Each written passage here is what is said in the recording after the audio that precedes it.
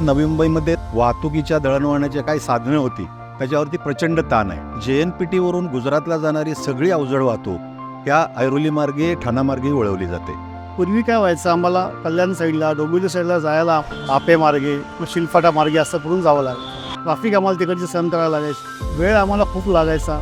सकाळी घर सोडलेला माणूस ऑफिसमध्ये पोचायला जर 11 वाजत असतील, मग त्याची जी काय काम करण्याची जी वृत्ती आहे त्या ऑफिसमध्ये किती तो वेळ देऊ शकणार आहे. त्यानंतर खासदार राजेंद्रजी विचारे साहेब, त्यांच्या विचारातून आज जो इथे एवढा मोठा ब्रिज रोड तयार केलेला आहे. नागरिकांना या गोष्टीचा चांगल्या पद्धतीने फायदा होणार आहे. त्यांनी ज्या तडफेने केंद्र शासनाकडे या गोष्टीचा पाठपुरावा केला आहे हा निश्चितच सराहनीय आहे. ईस्टर्न एक्सप्रेसवरनं मुलुंडचा टोल नाका क्रॉस केल्यानंतर एलिव्हेटेड रोड स्टार्ट होतोय, तो डायरेक्ट काटईला उतरतोय. मला या ठिकाणावरून काटई जंक्शनपर्यंत जातपर्यंत माझे 50 मिनिटं जातात.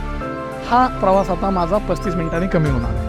ट्रॅफिकमध्ये जे तुम्ही थांबून राहतायत ती ट्रॅफिकचा पूर्णपणे जांगडगुत्ता थोडक्यात सुटणार आहे.